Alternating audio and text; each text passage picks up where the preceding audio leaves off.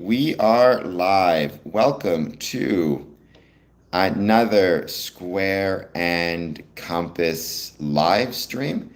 It's wonderful to have you all join once again. As you know, yesterday was the second part of the 24-hour live stream. I did 5 hours on, 2 hours off, up until we got to about 24 hours, give or take.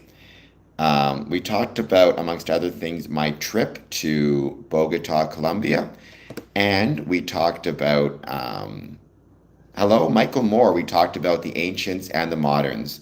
In terms of things coming up, I just finished an interview with Brother Julian Reese, who wrote tracing boards of the three craft degrees, or excuse me, tracing boards of the 3 degrees in craft Freemasonry. We'll be posting that episode soon. Um, and with that, today I don't have any specific topics. We're just going to hang out, wait to see who joins, and wait to see who wants to chat. Michael Moore is here. Michael Moore, I hope you're doing well. I will say I made it to my 10,000 lifetime um, watch hours, which is a great honor. And I'm very close to 4,000 watch hours in the last 365 days.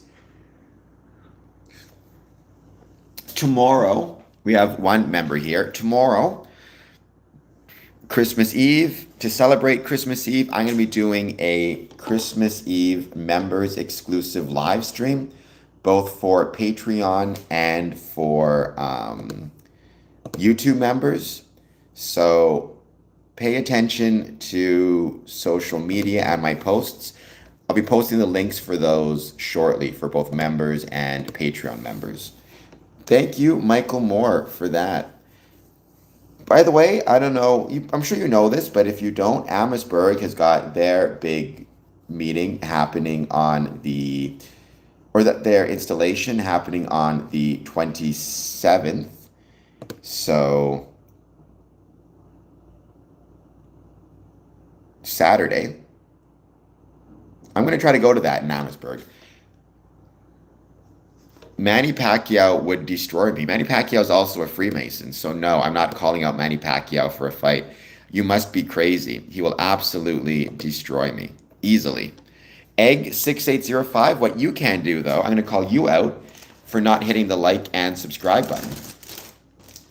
John, don't be scared. You're here on the stream, so welcome. The one problem is, though, and mea culpa, I forget the time.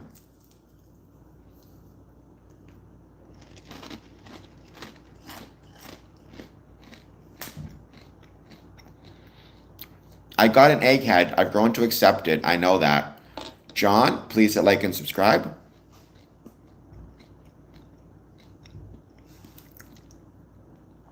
Egg6805. Well, that's much appreciated. Let me know if you have any thoughts on Freemasonry. Any ideas on it, comments, questions? Well, John, then you are on your own.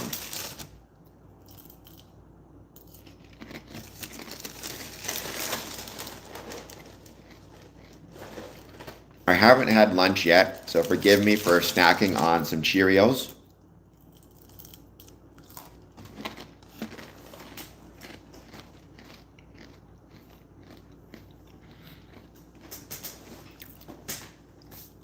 Well, then we both must be handsome.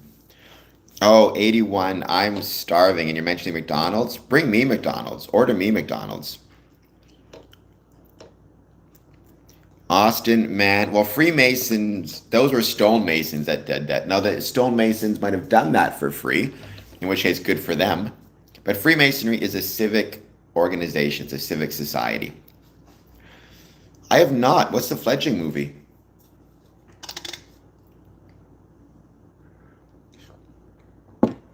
Well, Hank Hill, my name is Cameron Adamson, and I'm a Freemason. Please hit that like and subscribe button.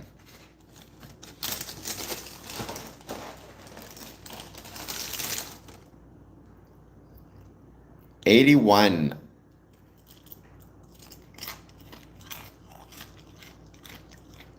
I'm not going to agree or disagree with you. When you say Freemason is more of a mortal obligation, what do you mean by that?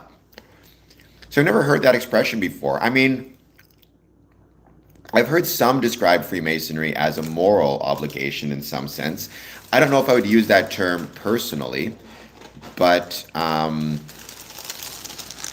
can understand maybe the idea of it being a moral obligation. Mortal, I'm not sure what that means.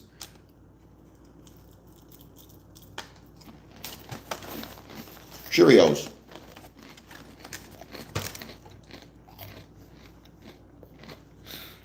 How does one become a Freemason? The old question, to be one, ask one. So,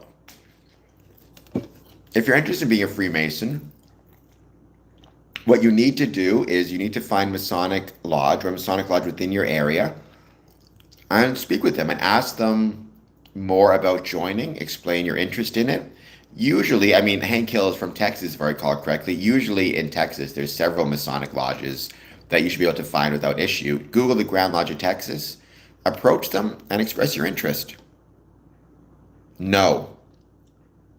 Razid, I can just call you Raz. If you are a Freemason, you are not going to be rich. Anybody who promises you or says that by being a Freemason, you will become rich is lying to you. You need to be incredibly careful of that. Psychedelic wallflower. Kind of, but not really. So, Freemasonry, the first Grand Lodge was formed in 1717. The Illuminati started in 1770. Excuse me. Started in 1777 by a gentleman named Adam Weishaupt. He was a former Freemason, and he decided to start the Illuminati because he did not like Freemasonry. He found it too expensive and not esoteric enough. As a consequence of that, he started his own group and organization. But because he was a Freemason and because he bore a lot of Masonic symbols, a lot of people confused the two, and a lot of people created conspiracy theories that the Illuminati infiltrated the Freemasons, which never happened. Really, Illuminati ceased to exist in a meaningful way by probably the early 19th century. Thank you, Strike. I appreciate all of my audience members very much. But you should never love someone on YouTube. You should love the people around you. Having said that, that's very kind. And I appreciate that, Strike. Lorna, I'm very sorry. My grandma is dead as well. But that happens. Maybe, but they're still delicious, Patriot. You should check out K. Trevor Wilson's been on Captain Crunch and Sugar cereals. I will check that out, Michael Moore. Raz, then why would you become one? Every Freemason becomes a Freemason for different reasons. I can't tell you why you should become a Freemason any more than I can tell you why anybody else should. I can tell you I became a Freemason because my family were Freemasons and I wanted to be closer to them. And I can tell you I remain a Freemason because I believe that Freemasonry is something that I love. Why I love it? That's like asking me why I love my favorite song. There's something about me that reacts positively to Freemasonry.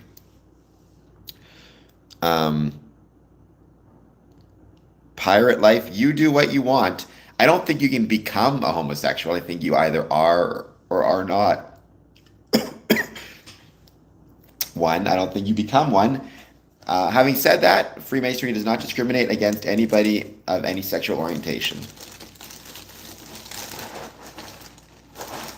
You are welcome, Psychedelic. Thank you for being here.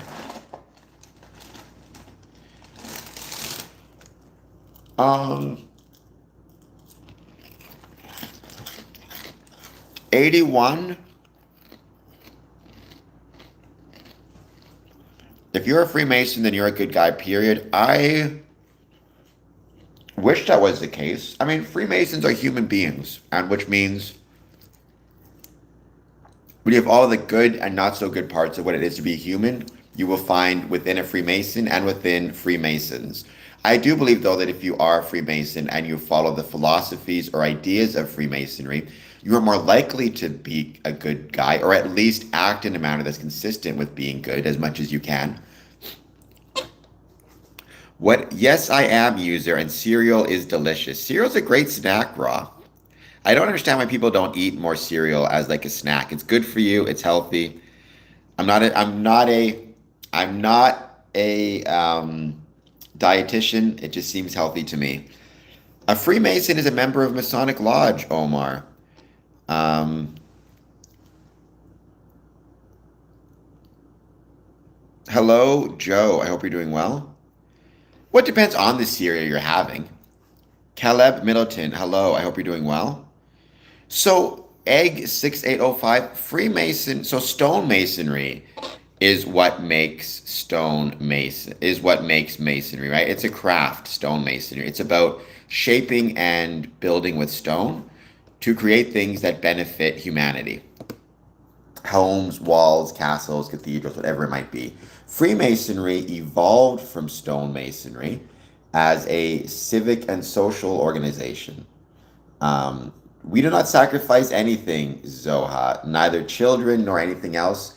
The one thing we sacrifice is our time. Beyond that, though, we're not making any such sacrifices, despite what they may say on the internet.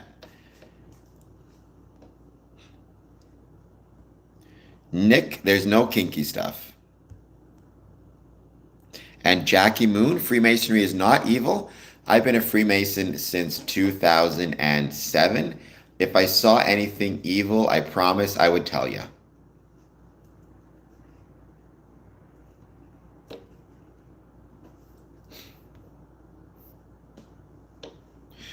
Caleb Middleton, what are the goals of Freemasonry? There is no single goal to being a Freemason, right? That's one of the things you need to keep in mind. Every Freemason will define his own goals based on why he joined. There is no like single governing body telling Freemasons what their goals are or ought to be. You could argue that in the most basic sense, the goal of Freemasonry is the preservation of Freemasonry, but that's not a great answer. To me, the goal of Freemasonry is to try to build a better world or a better community through the application of brotherly love, relief, and truth. But every Freemason has his own goals for joining, which then translate into his own goals for remaining. We cannot play Minecraft together because I don't play Minecraft. Jackson, well, I don't think I am evil, but how would I know? I suppose. One of the things is evil people don't recognize they're evil. I suppose what I will say is based on my experiences within life, none of them have indicated I'm evil. Imperfect, without question, but I don't believe evil. Um, oh, Jackie Moon with the old, you're not in the club. I've noticed no matter how high I advance within Freemasonry or how high my friends advance within Freemasonry, we're never in the club. It's almost like the club doesn't exist or is a straw man. Having said that, still please hit the like and subscribe button.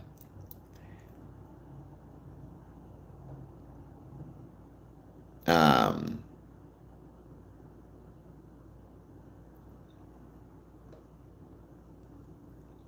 well, we might be nerds, Jackie Moon. I guess it depends on how you define nerds. I like to think of myself as a nerd, but not a Masonic nerd. What I'm a nerd about is scary movies, to be honest. Well, for you, it doesn't exist either, because I don't think you're part of the club um, of which you speak. I'm waiting on it too, Brother Michael Moore, but one day we're going to get it, and it's going to be incredible. You just wait. Um,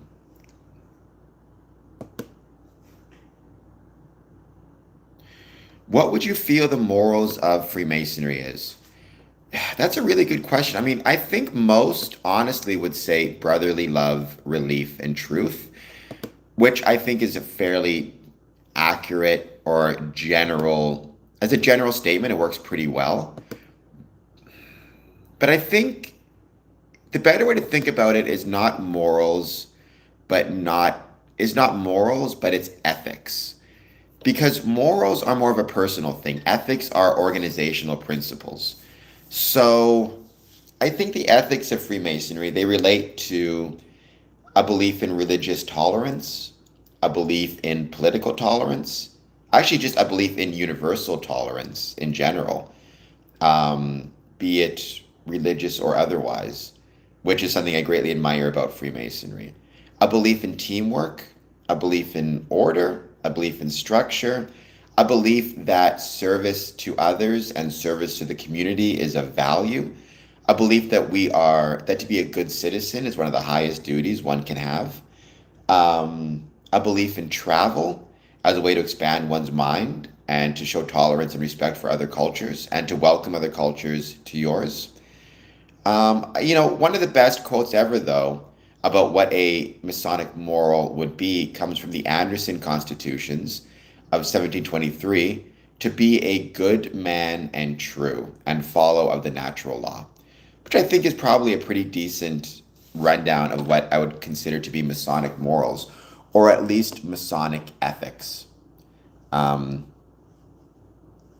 we do not do that. I've never run around. Well, I don't run anywhere. I have no legs, so I don't run anywhere. But I've never run or otherwise been naked in Bohemian Grove or anywhere else. I've never been naked, period. How about that?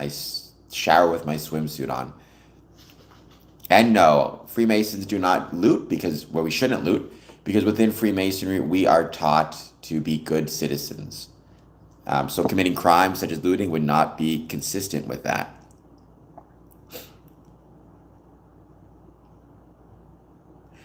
Hello, Lacey. Please hit like and subscribe. Well, I don't know what Bohemian Club is. I always thought it was called Bohemian Grove. Um, all I know is it's some weird thing that Alex Jones talks about a lot. I've never been there. I don't know anything about it. Never ran around there. Never ran around anywhere. Um, so just live with that. I don't know what the Grove is. I've never been to the Bohemian Club or the Bohemian Grove. Of course, that is the type of thing someone would say who's been to Bohemian Grove. So I guess you'll just have to believe me when I say I haven't, or don't believe me. The choice is yours.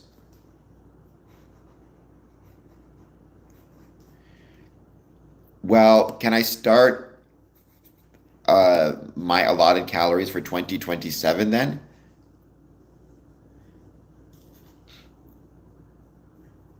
My name is Cameron. What does it mean to go Orthodox? I don't know what that means. Do you mean Orthodox in a religious sense?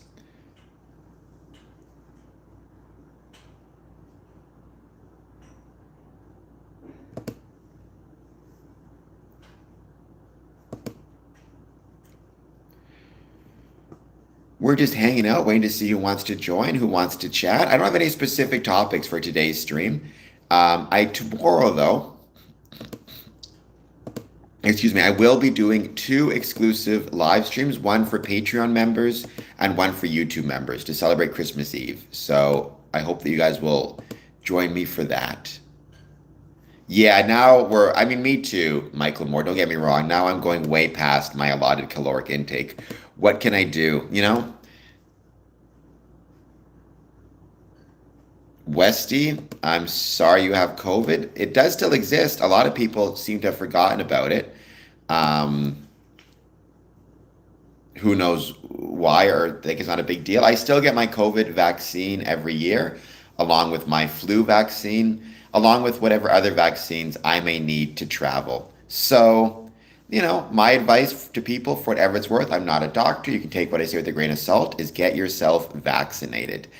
I have no legs. I never had them, never born with them. So never vaccinate. Well, Westy is different than me or has some different opinions than me. Why? Because sometimes people are born with no legs. It's just one of those things that happens sometimes. Nothing, it's like being born with dark hair. Sometimes it happens.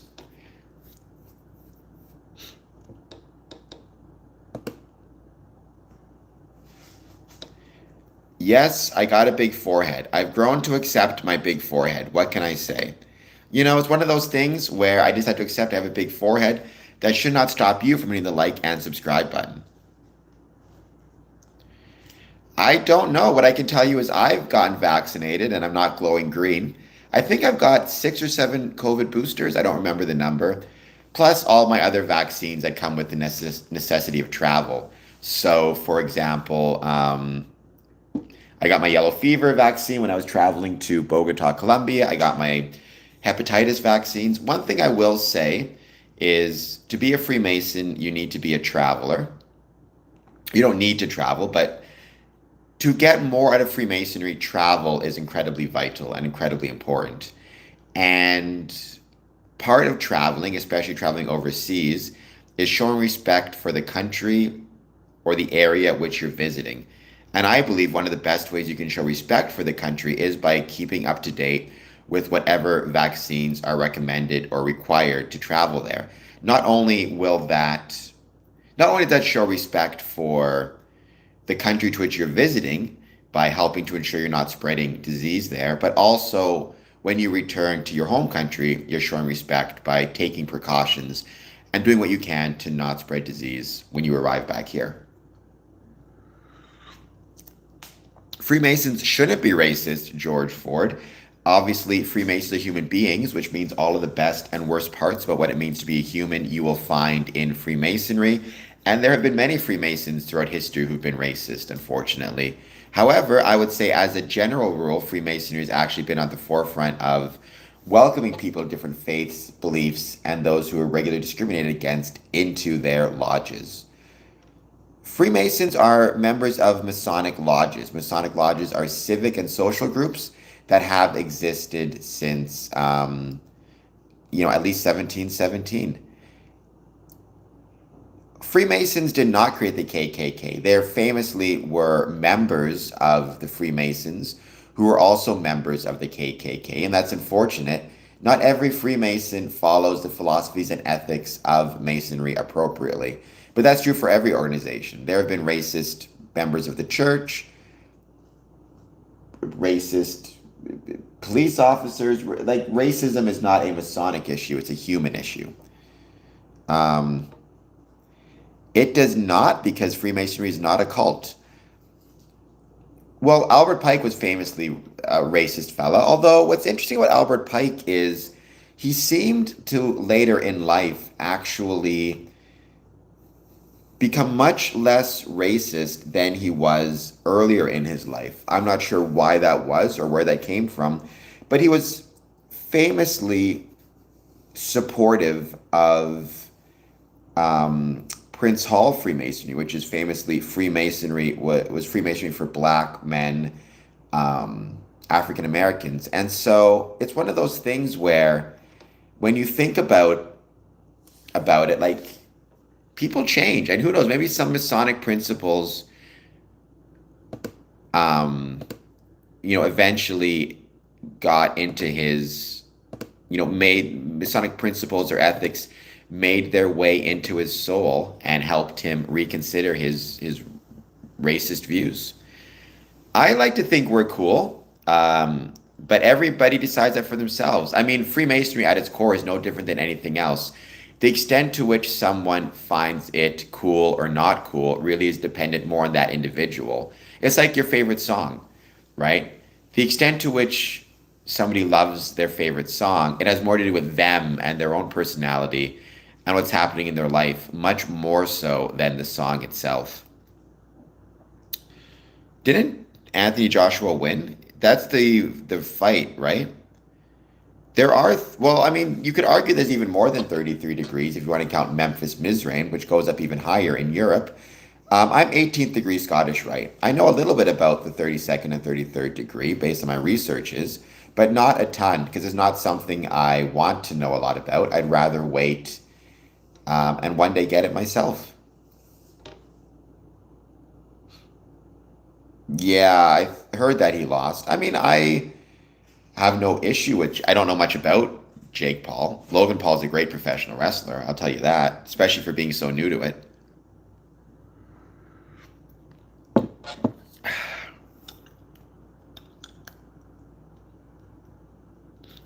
I don't think anybody's seen that list. I don't think there is a list, to be honest. I don't think Jake Paul is a Freemason. I've never heard that he is.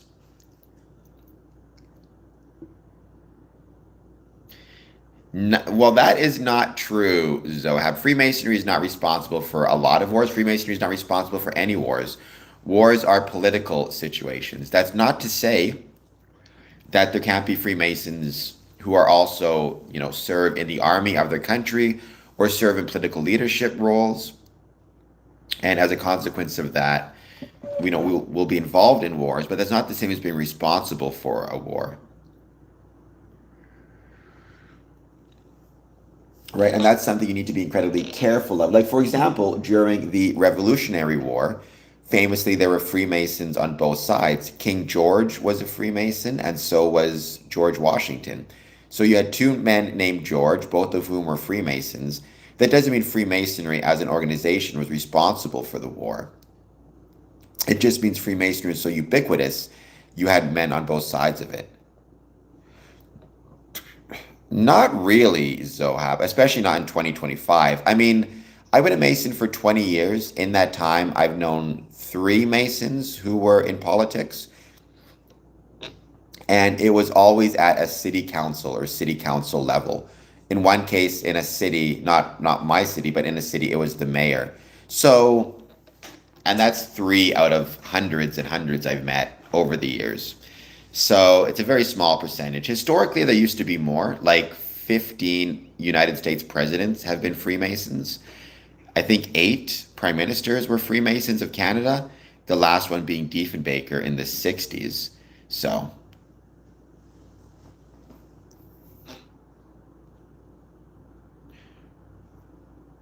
so Philly Birds, Freemasons do not operate in secrecy because if we did, I wouldn't be here talking about it. Right? Freemasonry does not operate in secrecy. Freemasonry has private elements to it, but that's a different thing. Private elements are not secret. There's very valid reasons to keep things private. In some cases, you keep things private for personal safety, for financial security. Within Freemasonry, the reason to keep things private, the main reason, at least the reason I keep things private, is because it maintains the bonds of brotherhood between past and future generations. If I share the secrets or the private elements of a Masonic ritual, the consequence of that is I feel less connected and less bonded to my brothers because instead of my brothers and I sharing this private information, now non-Masons share in it as well. Also, if you don't maintain the private elements of the rituals and the secrets, it makes it less enjoyable for people because when they're joining Freemasonry, if they already know it, it's what's going to happen. There's kind of like a spoiling element to it. Um,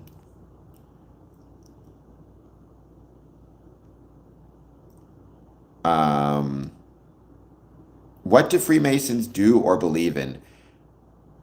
So, in emulation ritual, it's a fraternity. So, women are not part of the emulation ritual, but women are part of co Freemasonry and Order of Women Freemasonry, which honestly, I think Order of Women Freemasons, I think they use emulation ritual, to be honest, or a version of it, anyways.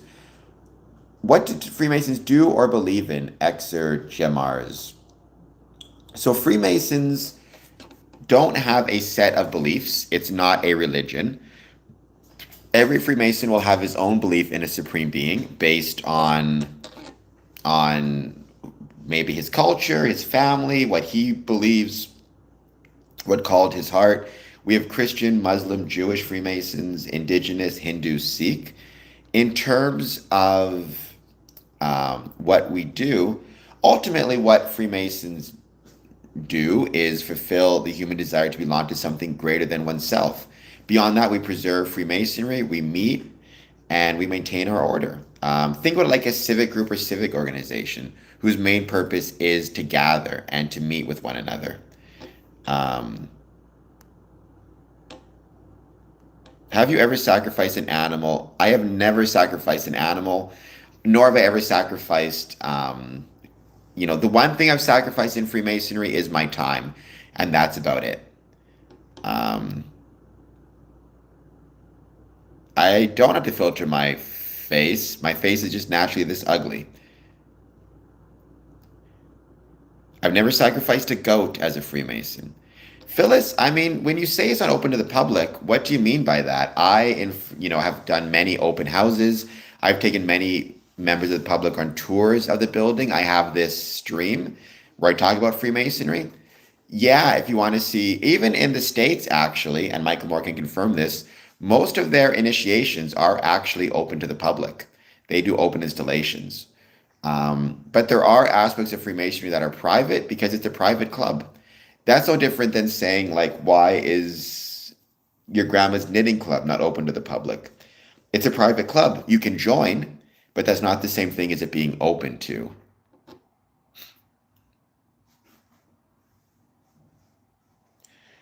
Well, I mean, it is a fraternity. By definition, it's at least got a fraternal side to it.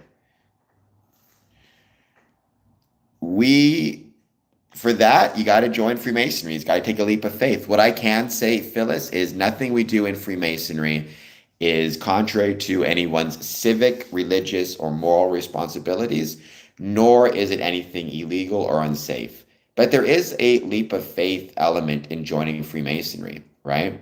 If I told you everything that it is, A, you're not going to enjoy the application process. B, there's not a leap of faith. And C, the danger is no two rituals are exactly the same. So if I tell people what to expect based on my Masonic experiences, when they join Freemasonry, they're going to be disappointed, or at least they're not going to get the full experience because they're going to spend all of their time thinking about what they were told is supposed to happen and not focusing on what is happening. You, I don't know what that means. PHA phytocod. There are many Freemasons who are not from the West. I mean, there are many Freemasons from the Middle East, from Asia. Freemasonry is huge in the Philippines. Um, you can opt out of Freemasonry. They're not going to come after you. I mean, you can either just choose to leave Freemasonry. The term is demit, which many people do. Or what happens often is many times Masons will just choose to stop paying their dues, right? And just stop contacting the lodge, in which case they eventually get suspended for non-payment of their dues. By the way, CJ Tacoma, please hit like and subscribe. Exer, please hit like and subscribe. Philly Birds, when you say what do you gain from all this, do you mean what do I gain from Freemasonry or what do I gain from doing this channel? Um,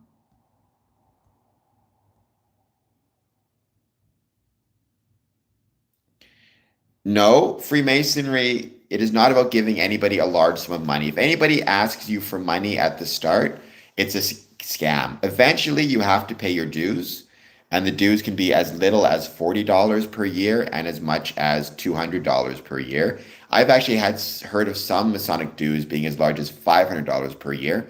Plus, there's usually a single initiation fee, but that should be the least important part of the application process. Everything else should be taken care of, including you getting to know the brothers, them getting to know you, them voting on you, all that other stuff. Then they'll talk to you about the dues, right? But if anybody says pay money and you're automatically a Freemason, they're scamming you or they're lying. Um, Why are Catholics so against Masonry? Honestly, the best way to answer that question, check out Humanum Genus, which was written by Pope Leo the 13th. He explains what it is. This was written in like 1888, what it was about Freemasonry that the Catholic Church didn't like. Zohape, that's the most expensive I've ever heard. The cheapest is $40 per year. Honestly, I'm a member of 5 lodges, and on average, I spend approximately 150 American dollars on each lodge per year. So it works out to between $400 and $500. Um,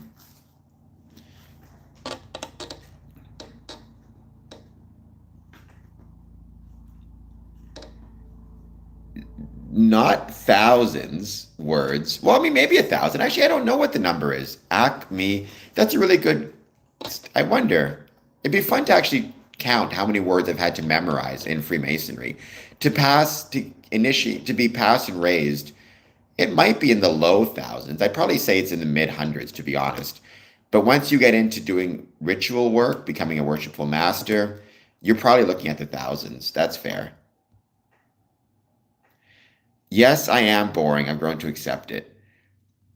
Well, Phyllis Birds, Freemasonry and Square and Compass Promotions is um, they are connected, but they're not the same. Obviously, this channel, Square and Compass Promotions, is my own personal channel. It does not reflect the views of any Freemason or any Freemasons other than myself. That's why I call it Square and Compass and not Square and Compasses. Um, what I get out of this is the chance to promote the ways Freemasonry was and is relevant to the communities in which it's located, as well as hopefully the ability to turn my passion for Freemasonry into a profession, which I think we need to have Freemasonry as a professional endeavor if it's going to survive long term. What do I get out of Freemasonry? Every Mason gets something different out of Freemasonry. That's the beautiful thing about it. I can tell you for me personally, one of the things I get out of Freemasonry is it makes me feel closer to my grandfather. My my grandfather passed away before I was born. I never got to meet him.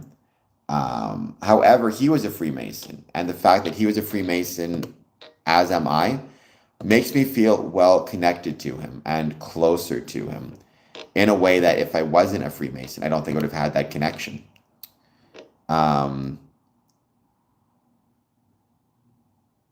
No, find God and support a good church. How do you know I haven't found God? Shriners do great work.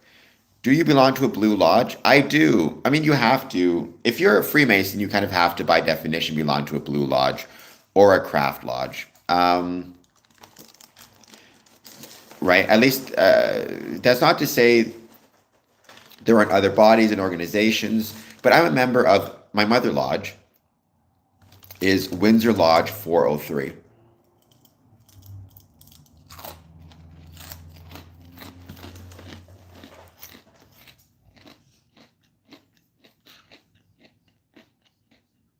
How do Freemasons sell their differences? Well, that's a good question. There are differences that are going to exist between Masons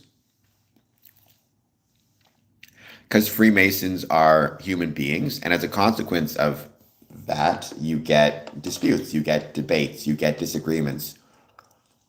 Right? Freemasonry is a democratic institution. And so part of being a democratic institution means that usually a debate or disagreement should be settled through democratic means. So if two brothers disagree on how a lodge should proceed with, let's say, an event, a bill, a fundraiser, whatever it is, they make a motion in lodge, or one brother makes a motion in lodge to proceed a certain way.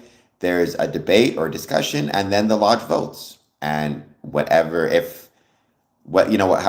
the lodge votes, that's settled, and that's the end of it. And we are taught within Freemasonry to be respectful of a lodge vote, even if it doesn't go our way or we disagree with the decision of the lodge.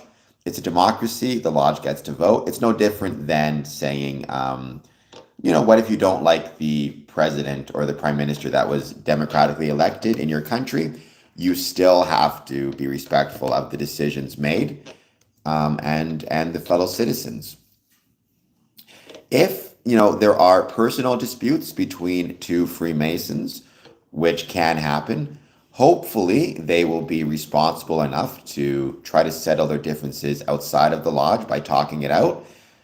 If they feel they need to bring a third party in, they can approach the worshipful master of the lodge, or they can approach, a trusted brother to talk about it and try to come to a dispute. Or if they have to, they can look at bringing Masonic charges, which basically is a way of saying, I think this brother has made a mistake within Freemasonry. Here's why.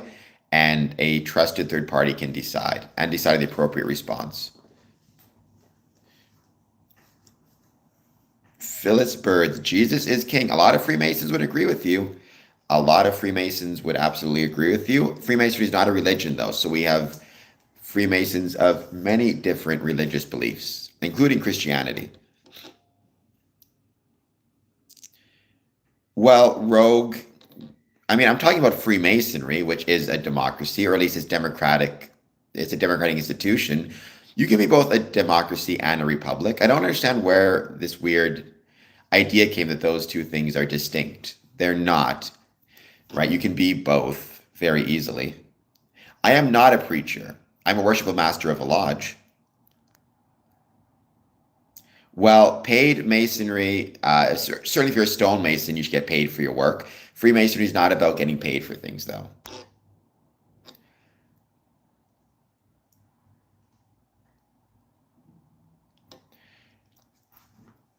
China is a republic, but not a democracy. Yeah, China. I mean, I don't know where you're from. China is definitely not a democracy, although democracies come in many different forms and types, and you have, your constitutional democracies, you have republics, you have direct democracy, indirect democracy. Um, well, I mean, so Masons have been part of, like, it was a Freemason who designed the Statue of Liberty, for example. I've heard the story that Freemasons designed Washington, D.C. I don't think that was the case. To my knowledge, the head architect who designed Washington was not a Freemason, but I could be mistaken. But that's not an exclusively Masonic thing. I mean, there have been many Freemasons who've also been architects throughout the years. The person who designed the Windsor Masonic Temple and many famous buildings in Windsor, Pennington, if I'm remembering his name correctly, was himself a Freemason. Um, Zorad, if Freemasons were sacrificing children, believe me, we'd find out about it. I've been to too many Masonic events and meetings. They would not be able to hide the bloodstains, put it that way. It's one of those things where at a certain point, saying there are secret things that you'll never know is like saying there's a invisible zebra in my apartment. It's possible. I can't disprove the negative. What I can say is all of the evidence I have and my experiences tell me there is not an invisible zebra in my lodge, which seems to me a pretty safe bet. Again, having been a Mason for 20 years approximately, having been to thousands of meetings around the world, in the Philippines, Colombia, Brazil, Mexico, throughout America, having attended Scottish Rite events, York Rite events, my own craft lodge events. If Freemasons were up to evil stuff, I would have caught a whiff of it by now. Well, I mean, I think certainly symmetry and beauty, those are not exclusively Masonic. I mean, symmetry and the importance of symmetry, that's been an important part of design features for centuries, for millennia, well before um, Freemasonry existed. All right, Phyllis Birds and Brother Michael Moore, both of you guys just calm down a little bit. Phyllis is welcome to believe.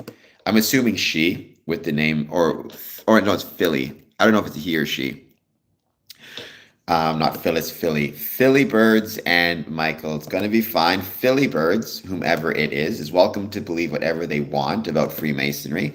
They're also welcome to be wrong. That's one of the beautiful things about being on YouTube is you deal with a lot of people who are wrong about most things in life, including Freemasonry.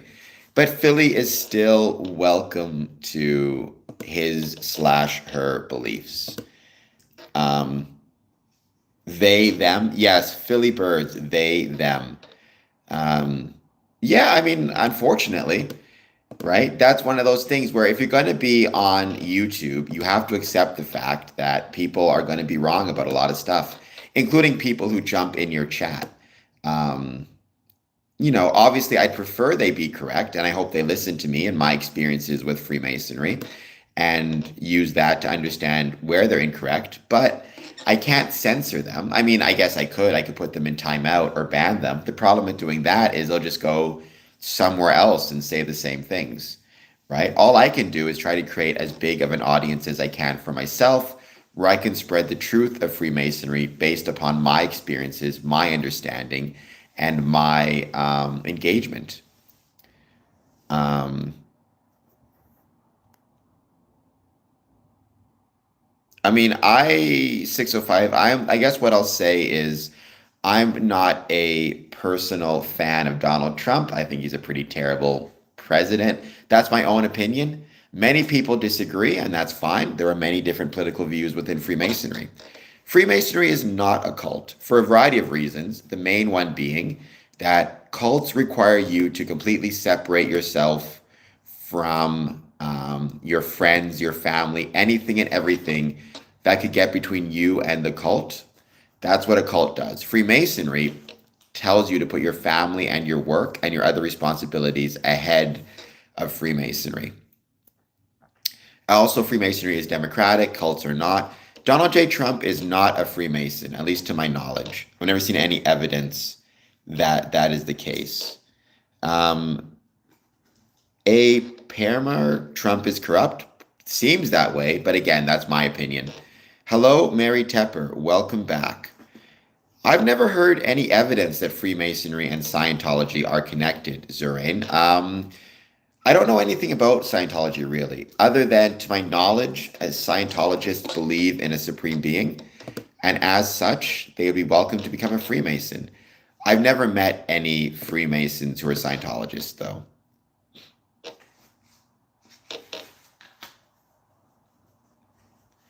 I don't know what high blood means. Venturion, Freemasonry is not a cult. Well, the Shriners are Freemasons, 605. So if you are a Shriner, you must first have been, or you must first be a Freemason. And Shrine is one of the appendant bodies you can join. And there are a lot of people, it's funny, who like really dislike Freemasons but love the Shriners. And then I always point out to them, Shriners are Freemasons. I mean, I'm not going to put dispersions on Scientology, Venturio, because I don't know enough about it. What I will say is, if it brings somebody peace and comfort and happiness, I'm not going to judge it, but I don't think it's for me. I don't know enough about Scientology to say. What's wrong with my kitchen? I like my kitchen. Now you're just being mean, Philly birds. You can make fun of me if you want, but why are you making fun of my kitchen?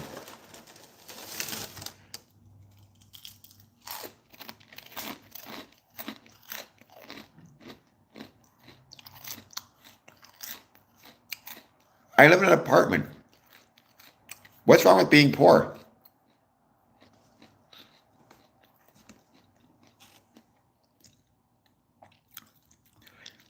Right? What's wrong with that's a weird. So first of all, Freemasonry doesn't pay anything.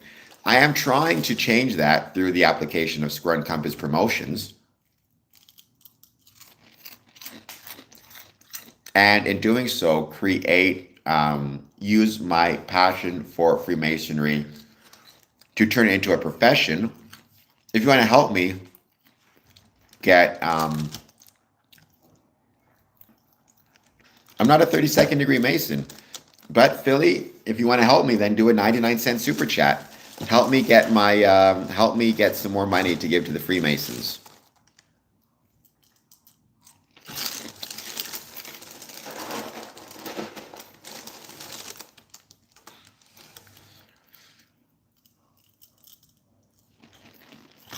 Lodges are not super rich.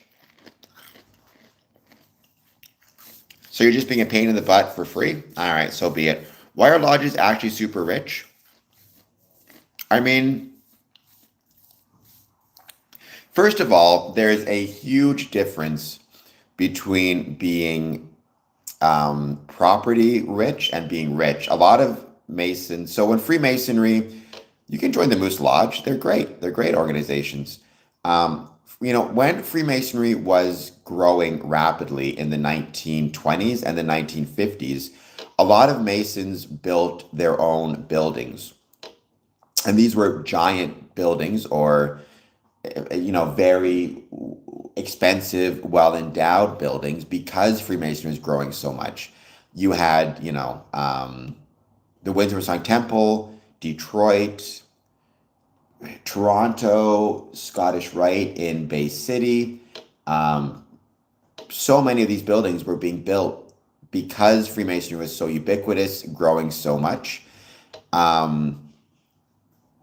And there was a lot of money coming in because there were a lot of members coming in, and that's how Freemasons raise money through dues paying members.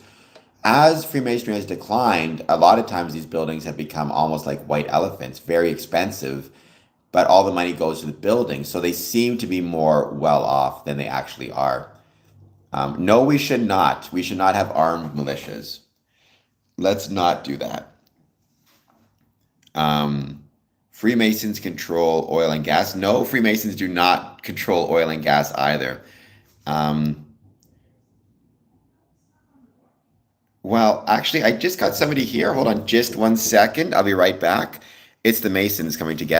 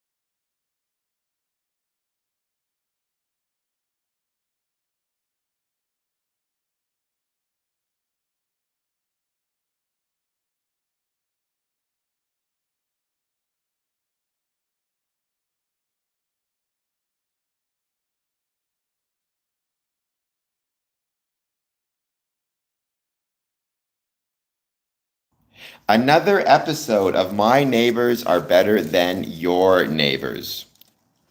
My neighbors came and brought me some Christmas gifts, including dinner for tonight. This is pulled pork and biscuits. This is a whole bunch of coffee, which I love, and a card. And they even got me some tuna for my cat, for Bandit. So I've got better neighbors than you guys have. I'm gonna go put my dinner for tonight in the fridge though. So I'll be back in just one moment. I know, right, Mikey? Gotta put this in the fridge.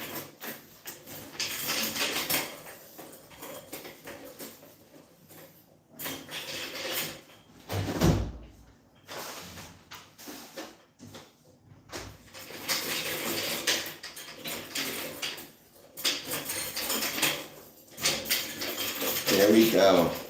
So I'm back. Yes, Bandit, my cat.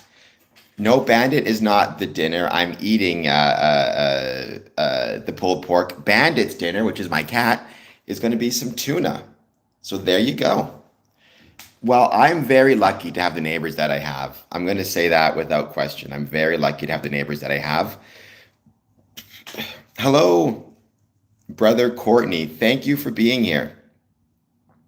I hope that you and your family are going to have a wonderful Christmas. By the way, Courtney, I am going to be doing a members exclusive live stream tomorrow, both for Patreon members, of which you are, and my YouTube members. I'll be posting the links tonight on that. So, yeah, well, so there is primarily from Eastern Star, right? Eastern Star is the Masonic group for men and women. It's for women who actually are related to Freemasons. Um, the five sides of the pentagram represent five women of the Bible, and I always forget the names: Esther, Ruth, Martha. I can't think of the other ones. And the five corresponding virtues, and the fact that it's upside down pentagram is meant to represent the values and virtues of heaven being brought here on earth, or trying to emulate them as much as we can. Nice, brother Courtney. What are you having for? Well, then Zorab, become a member either of the Patreon or of the YouTube channel, and then maybe you'll get your real questions answered. Um, I mean, the pentagram really isn't that important to craft masonry. I've never really even seen it, to be honest. Um, but it does pop up in Eastern Star. What is your favorite food, brother Courtney, for Christmas? For the um,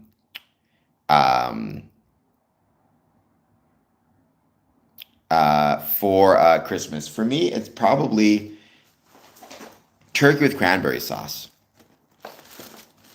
Me either. I mean, I don't want to say never because I feel like I have. I just can't think of where. But obviously, I've seen it a lot in Eastern Star for obvious reasons.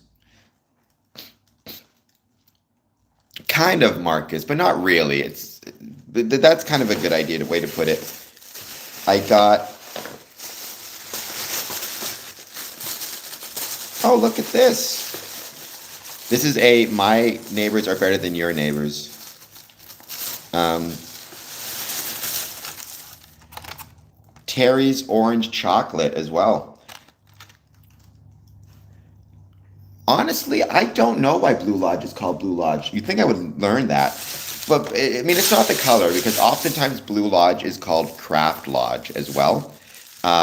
Craft Lodge is references the first 3 degrees. Very often, Blue Lodge references the first 3 degrees as well.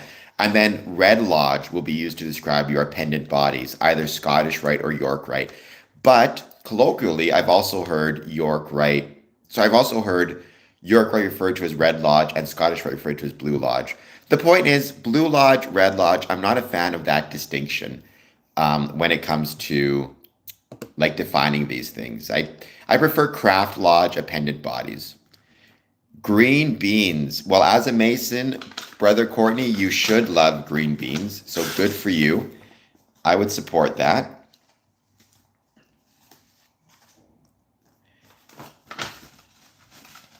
And check out this beautiful, wonderful card ornament. How cool is that?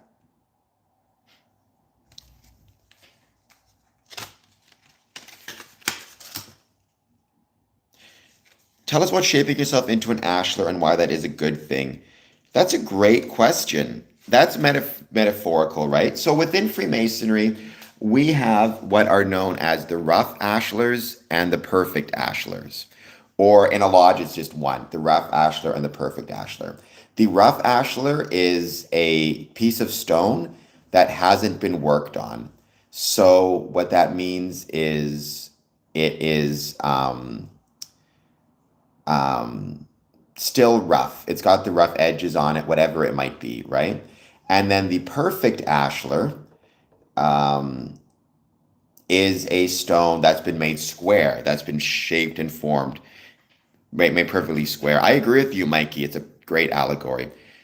You can think about, and this is not an allegory unique to Freemasonry. The use of stone is unique to Freemasonry. and ashlars, but the metaphor and the journey of trying to improve oneself is not unique to Freemasonry, right? But within Freemasonry, there's this idea that we are the rough ashlar. We are imperfect in our nature. And in the same way, a stonemason can take a piece of stone that starts off imperfect and make it perfect, or make it as perfect as possible. Within Freemasonry, we are taught in a moral sense or in a metaphorical sense that we can take ourselves as being imperfect and through the application of brotherly love, relief, and truth, try to make ourselves in some ways more of a perfect ashlar. Never fully perfect. We're never going to get to a state where we can call ourselves fully perfect. Or if we do, it's not through Freemasonry. Some, who are religious would say you get there through belief in Jesus or religious faith. That's fine. That's not what Freemasonry is about. But Freemasonry is about the belief that we can work on ourselves and make ourselves better today than we were yesterday through the application of brotherly love, relief, and truth, while also through the application of our own personal religious faith and beliefs, exercise, hard work, dedication, teamwork. And so it's a process, it's a journey, right? And it's funny, I got you can apply this to anything. I mean, like music, right? If you consider yourself a musician, when you first pick up a guitar, the very first time you try to play anything, you can view yourself as a rough ashlar when it comes to the guitar, right? But as you practice every day more and more, get better and better, you can get yourself to a situation where you are the perfect ashlar, or you're more perfect and you're better at playing guitar. Same thing with being a professional wrestler, same thing with being a mason. It's not about being perfect in a moral sense. That might be more a question for your religious beliefs, but there are ways you can be a better mason and a better man. The journey from rough to perfect ashlar involves self-reflection, education. That's true. Well, that's a good point as well. You're also perfecting yourself as much as you can. Again, not in a moral, religious sense, but in a practical, civic sense. You are perfecting yourself not simply for your own good and benefit, but so you can be part of a pyramid or otherwise be part of something greater than yourself, be part of the community. You can apply yourself to the world and to the community, and you can be better. That is I think, wonderful lesson as well. Bit late here. Good night. Yes, because you're in Japan, right? There's lots of Freemasonry in Japan. It's really cool, by the way, to point that out. But I think, yeah, when it comes to, for me personally, my favorite Masonic symbol is actually, well, my favorite Masonic symbols are probably actually the second degree working tools in emulation ritual. But my second favorite, the first degree, my favorite probably be the mosaic pavement, again in emulation ritual. I heard that Freemasonry in Japan is pretty big, but I heard it's not like, I've heard it's not a ton of lodges, but the ones that do exist, like in Tokyo, I heard it's pretty big. Thank you, Sam. That's very kind of you. I'm not sure what the code books are. Do you mean the ciphers? Sorry, 605. What are the code books to which you refer? Because I'm not sure I know what those are. But thank you, Sam. That is incredibly kind of you. To everybody watching this, if you want to support the channel, you can do so by hitting the like button, subscribe button, or doing a super chat. However it is you choose to do so. By the way, it's been a very successful December. I've made it to over 10,000 lifetime watch hours. I've made it to over 3,134 subscribers, and I'm well on my way to 4,000 watch hours over the last 12 months. I like the 24-inch gauge as well. I prefer the working tools in the second degree myself. Oh, the ritual books. I mean, I can't talk about them a lot just because the information in there is meant to remain private, right? It's the ceremonial work that we do. What I would say is, um, if you are a Mason and you are privileged enough to have one of the ritual books or the code books, you have a responsibility to preserve it, to not lose it, um, to try to keep it safe and not to share it with others. Also, don't forget, if you're a Masonic lodge, it may be worth trying to get a um, a ritual book, let's say in Braille, or a few copies in Braille, should you ever have a blind Mason joining, or ones in different languages, just in case. Yes and no, Mikey. I mean, it depends on how coded the book is. There are some ritual books where most of it is written in plain English and maybe 10% is done in code. And there are others where like 90% of it is done in code and 10% of it written in plain English. I prefer the latter, but every jurisdiction has different books that it publishes. But whether it's even 99% written in code or 99% written in plain English, you should still preserve it, protect it, make sure you keep it safe, make sure you know where it is at all times, and you have a special place for it. Um, that's true as well, but we still want to keep it preserved because the worst thing that could happen, right, is somebody reads it, they are able to pretend to be a Freemason, at least sufficiently to pass a Tyler's examination or an examination on the street by another Mason, and then they learn things they're not entitled to learn. Um, 50, okay, about half acronyms. Yeah, 50% is, I would say my ritual book is probably 90% plain English, to be honest, 10% ciphered. But I have seen ritual books. I saw one um, I think it was Tennessee, that was almost completely done in cipher. Um, But yeah, protect those. And also keep in mind, especially as you become an officer, those books are not the be all end all of Masonic ritual. In Ontario, you should also have a red book, which shows how you move around in the lodge, like the movements that accompany the ritual and how to set up a lodge. You also have your installation book, which is a separate ritual. You also have um, your lodge bylaws and your constitution, all of which should be protected by the member who has them. Every red fourth turning. Nathan, welcome. Thank you for being here. Please hit like. Please hit subscribe. I hope you're doing very well. I hope you're going to have an excellent Christmas and an excellent holiday season.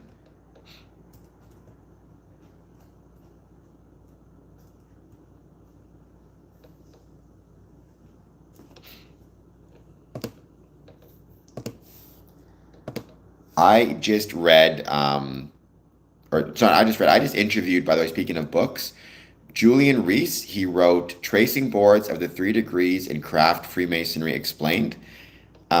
He won the Arcana Veritas Distinction Award. So if you get the chance, check out that work. We're going to be posting his interview on Sunday, the 28th of December. At least that's my plan. So I hope they'll check it out. Consider ordering his book. And because I don't have any specific topics today, mostly what I wanted to do is talk about what we have coming up. I figured I'd give it a few minutes and see who joins.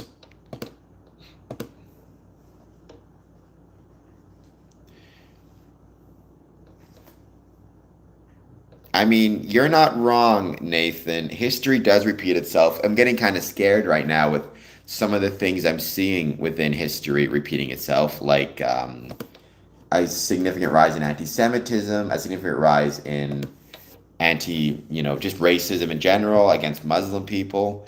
Um, it's quite it's quite nerve-wracking to say the least. Yes, fascism. I am concerned. I do think, and I know it sounds kind of, I don't know what the word is, sounds kind of maybe pie in the sky, maybe, um, idealistic, but I do believe truly that Freemasonry can be a protective force against fascism. I 100% believe that to be the case. That's one of the reasons why I care so much about it and I'm fighting so much to push against it or push towards Freemasonry because I think Freemasonry, with its Enlightenment era values, its focus on religious tolerance, respect for all people, whether they be Jewish, Muslim, or anything else, I truly believe that Freemasonry can fight against the fascism that I do see creeping back into day to day life, and it does scare me quite a bit. Minotaur, I am doing well. Thank you for being here. Could Freemasonry You're not wrong. I mean, because Freemasonry preaches universal tolerance and because fascism is opposed to universal tolerance, it makes sense that people would attack Freemasonry who are fascists or have fascistic ideologies, such as Hitler, for example, right?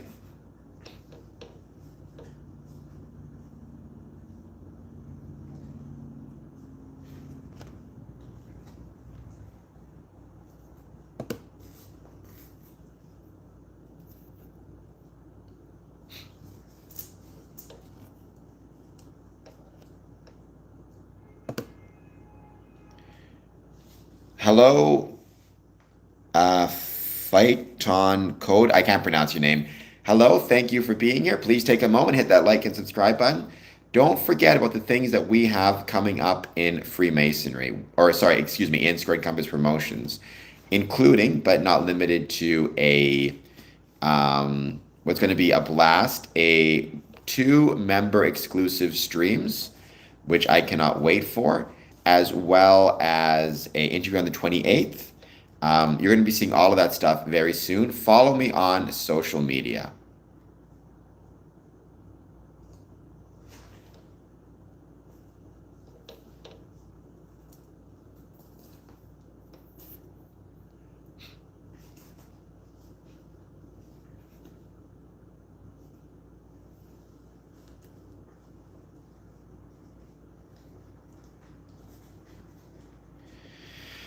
Well, that can be part of it, but I think that's a little bit of a simple. I mean, they will like closed door clubs either A, if they're a part of it, which anybody could be, but also if it like if it fulfills whatever kind of ideas for society they have. So if they had, I suspect in, let's say, Nazi Germany, if they had a closed door club, but that closed door was exclusive to one particular religion and one particular type of person, and, was discriminating against Jewish people, for example, I suspect they may have been okay with it. It's not the nature of it being closed door exclusively, it's the closed door combined with the tolerance and universal respect that I think often causes these problems for Freemasonry and fascistic regimes. Let's try some chocolate orange over here.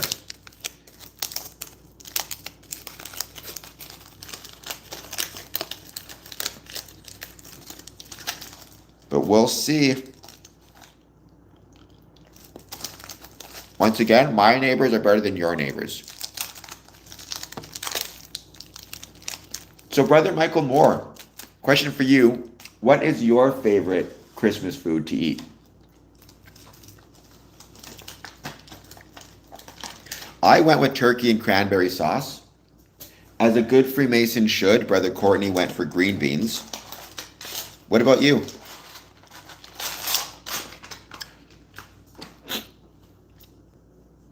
Nice, and that's a different than normal. So is that like a Christmas or family tradition for you that every Christmas you have prime rib?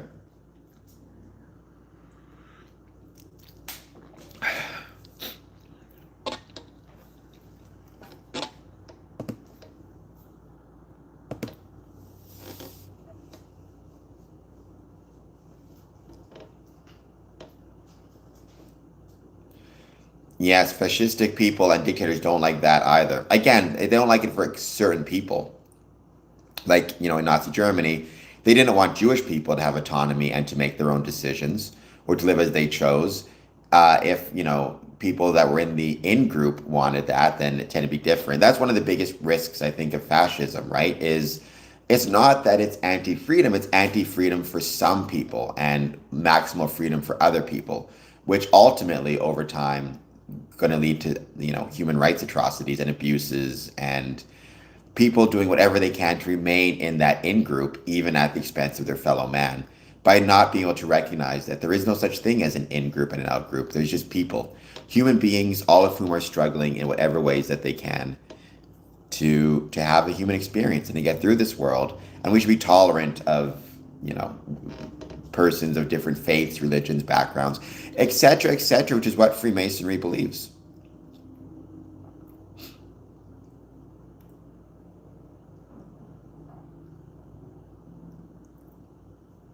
So he'd stock up. And when I was still married to my, okay.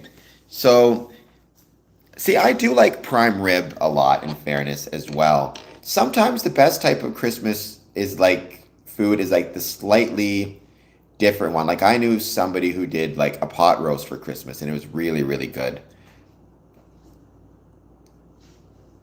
All about the beef for Christmas in our home. Is it steaks? What type of beef are you having? That sounds like a really good meal, in fairness.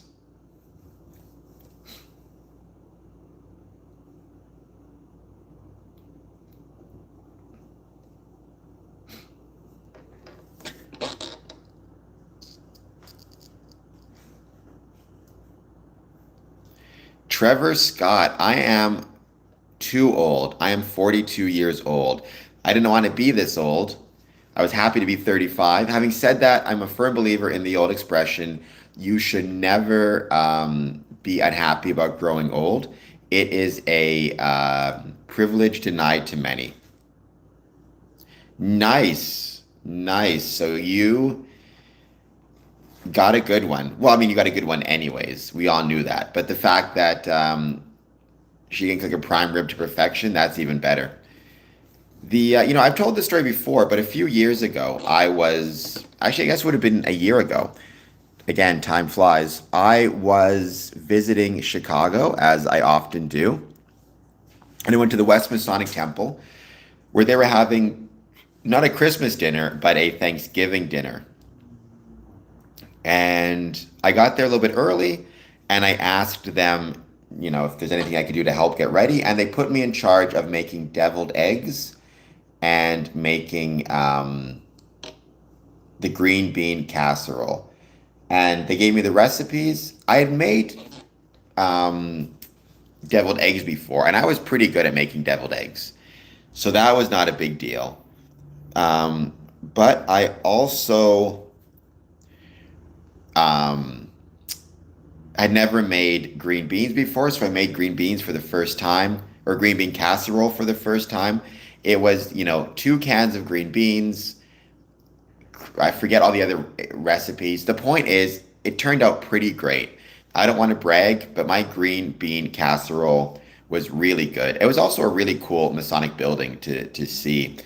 I remember that day, it was absolutely freezing. I swear, every year I go to um, Chicago in November, December, January. It is absolutely freezing. It's always like the coldest day of the year. But that's okay. It's worth it because the food is still so good. The brethren are still so good. The friendships are still so good. But that is also a little piece of Masonic advice I would give to brothers. If you're traveling for an event and you can, try to arrive early and offer to help out, whether it be setting up chairs, setting up tables, cooking the green bean casserole. I think one of the biggest mistakes sometimes that we make, and again, I know it's not always possible and that's perfectly fine, but, you're going there to help a brother, to help a lodge, or not even that, you're going there to take part in a lodge event, stopping off a little bit early to help them out, that can be a really nice thing to do and a great way to make friends. Help with the dishes after, sure, just offer to help. You don't have to show up early and sorry, you don't have to show up late and leave early. You can show up early, leave late, and help throughout. The difference between 35 and 42 is I don't like getting older. Um, I was always one of those who wanted to hold on to my youth for as long as I possibly could. Also, 42 is a little bit closer to getting a prostate exam, which I'm not excited about. Not that you shouldn't do it. You should do what your doctor says. And if your doctor says you should get a prostate exam, then do what your doctor tells you. I'm just saying, I know mine is coming up. I can see it in front of me. I'm not happy about this. I can't see my prostate in front of me. I can see the prostate exam in front of me. If I could see my prostate in front of me, that would be very concerning, and I would definitely need to talk to a doctor. Everybody, if you live in Windsor, Southern Ontario, in or around Detroit, or if you can make it there, January 4th, the Detroit Masonic Temple is doing a tour at 3 p.m., the first tour of the year. If you've never been on one of the tours before, please consider taking it. It's absolutely wonderful. The Detroit tours are a blast. The Detroit Masonic Building is the oldest Masonic building, sorry, the biggest Masonic building in the world. It's not that expensive, and the tours are incredible. If you're a Mason, you should take a trip there. That's good, Mikey. That's something that you should be doing as not even the youngest, but just the newest members of a lodge should be helping out with dishes, with setting things up, tearing things down. People, I've said this before. A lot of people, when they're told, like, how do you develop a closeness to Freemasonry? How do you become close to Freemasonry? Um, yes, your ritual is an important part of it. Yes, learning the history of Freemasonry is an important part of it. But by the same token, acts of service in the lodge, cleaning up the lodge, doing the dishes, helping getting things set up, you know, all of that stuff makes you closer to being a Freemason as well. And it also, in many ways, greatly improves your Masonic journey and the depth with which you approach Freemasonry. So, if you can recite your ritual front to back, great. However, if you've never stayed late to clean up a lodge, you're missing out on the full experience of what it is to be a Freemason. Zig, I mean, then you're still not a Freemason. Knowing the hidden or the private elements of being a Freemason, like the rituals, which is all online anyways, that doesn't make you a Freemason. Honestly, I've known people who know the secrets, who are Freemasons, who know the secrets, but never show up to lodge, never help out. They are less a Freemason than an entered apprentice Mason who shows up to every meeting and assists. It's not about the secrets. It's not about the ritual. It's one of the biggest misconceptions within Freemasonry. Do I like watching football? I used to. I don't really watch it much anymore because I've just been so busy. When I do watch football, I watch CFL. Go CFL. But, that's a whole separate issue. We got a Detroit Lions fan.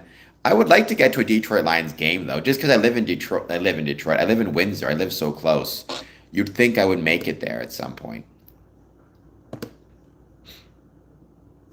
I know some Masonic lodges have held, um, have done trips to different sporting events. A lot of times, baseball games, like in Chicago, the lodge in Joliet, I can't remember the name of it. They actually did a baseball night at the Joliet Slammers. I prefer Canadian football. I prefer 3 downs to 4 downs. I think it's better. I also prefer the movement, the wider field. I do think it's a more exciting game to watch.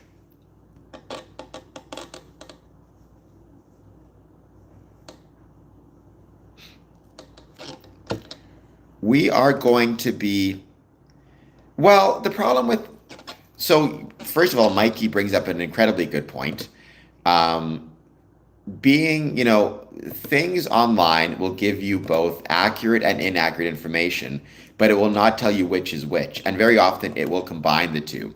So you may see a Masonic ritual online, 75% of it might be correct, 25% of it might be incorrect, or, 25% might be correct and 75% might be incorrect. The point is, you're not going to know which is which unless you're a Freemason. And the other thing to keep in mind is no two Masonic rituals, no two jurisdictions have the same ritual, which is one of the reasons, outside of many others, why I don't talk about Masonic ritual. Because if I tell you what happened with my Masonic rituals, with my initiation, passing, and raising, and you're not a Mason, when you go to join, if you're in a different jurisdiction, you may spend the whole time thinking you know what's going to happen. Or you may spend your whole time with expectations as to what you think is going to happen, only to then find, you know, so it's not what you expected, it's not what I said it would be. And as a consequence of that, what that means is you're no longer present in the moment. When you're going through your ritual, when you're going through Masonic initiation, when you're just going through Freemasonry, one of the most important things you can be is present. And obviously, part of that means present in person. I'd rather have you in lodge and not paying attention than not in lodge at all. Um, but present also means not just present in person, but paying attention, watching the lodges, watching what's happening. And in your ritual, in your initiation, don't think about what you think should happen or what you expect to happen. Just be present for what does happen. You'll get way more out of the degree, way more out of the experience than otherwise. So that's my advice. Bobby Burns, is that the brother of Robbie Burns? Wednesday, January 21st. I'll try to make it out. I haven't been to Livonia for so long. I don't even, oh my gosh, it's definitely pre-pandemic. Is there going to be some haggis? And how much are tickets? And also, how much are tickets for the watch party in Detroit?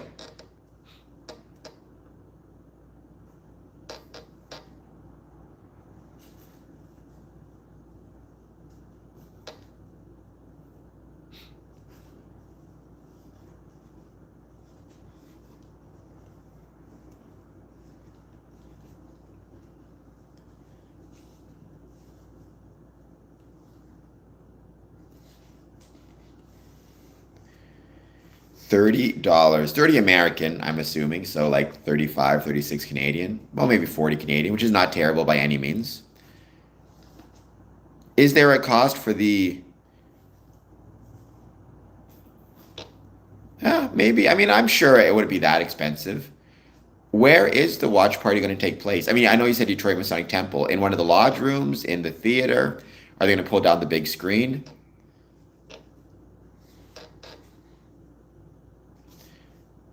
Yeah, no, Mikey, I agree with that 100%. I think that's the biggest issue. Acacia room. I love that room. I think that is absolutely one of the biggest issues we have within Freemasonry, or that a new member can have, taking the time to try to learn about it beforehand. They may think they're doing the right thing in that, they're trying to, whatever, learn more about the craft or blah, blah, blah. But you're not. You're just kind of cheating yourself out of a really impactful opportunity. Um, oh yeah, no, I love the Acacia room. I think it's one of the best. I think it's such a beautiful room. I know it's new. I think it's post pandemic that it was completed, but I really like that room. Great place for refreshment. Great place for Masons to hang out. Um, I will try to make it there. If you could shoot me off the email information, I'd appreciate it. A little, but still, you shouldn't study it because try as much as you can to take away any preconceived notions from the craft.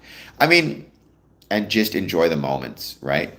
Um, yeah, it is a cozy 19. I will say, and I've said this before, if you want to look at, I think, in my opinion, the gold standard for what a Masonic building should be and how a Masonic building should operate, both as a home for Masons and the community, Detroit is 1,000,000% the gold standard.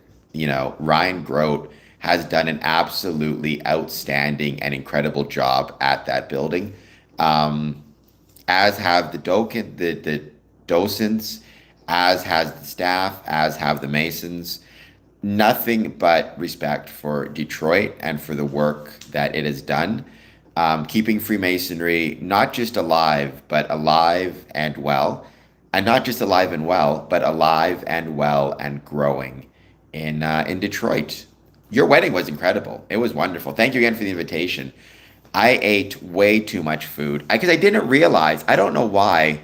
I must be an idiot. I just completely forgot that there was a dinner.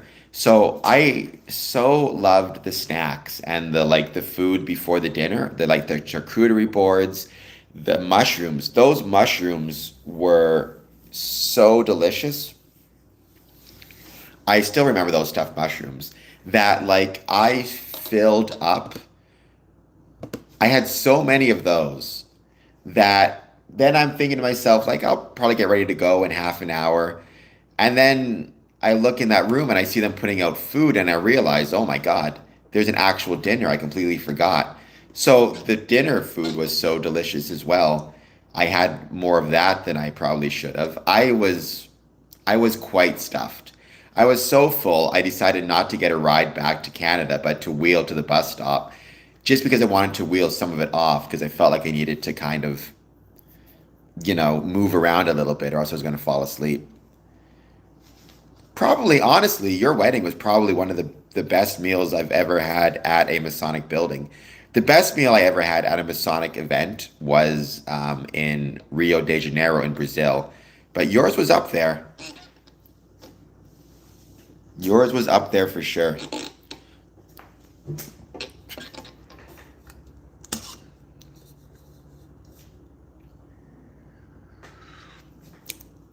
Well, if you had 25 dinners, 25 Guinnesses, I mean, that's pretty filling in and of itself. That's a meal. That's breakfast, lunch, and dinner. All right, guys, this has been fun. This is going to be a more relaxed or shorter stream because tomorrow we have the member exclusive streams and there's going to be a break on Christmas Day. Not going to do any live streaming, but I will have stuff posted on social media. So be prepared for those. Check those out. Make sure you join my email list and my social media lists. All right, guys, thank you all so much again for making not just today, but December such a successful month. Um, as is correct, Michael Moore. I would not say no either. Well, actually, I would say no because I don't drink. But if people were offering me free Coca-Colas, I would say yes. All right, guys, I always stay blessed. I will see everybody soon. Don't forget, follow me on social media, join my email list to see what we've got coming up tomorrow, the next day, etc., etc. I will talk to everybody soon. Oops. If I could turn this off, that is. All right, Merry Christmas, guys. See you all soon.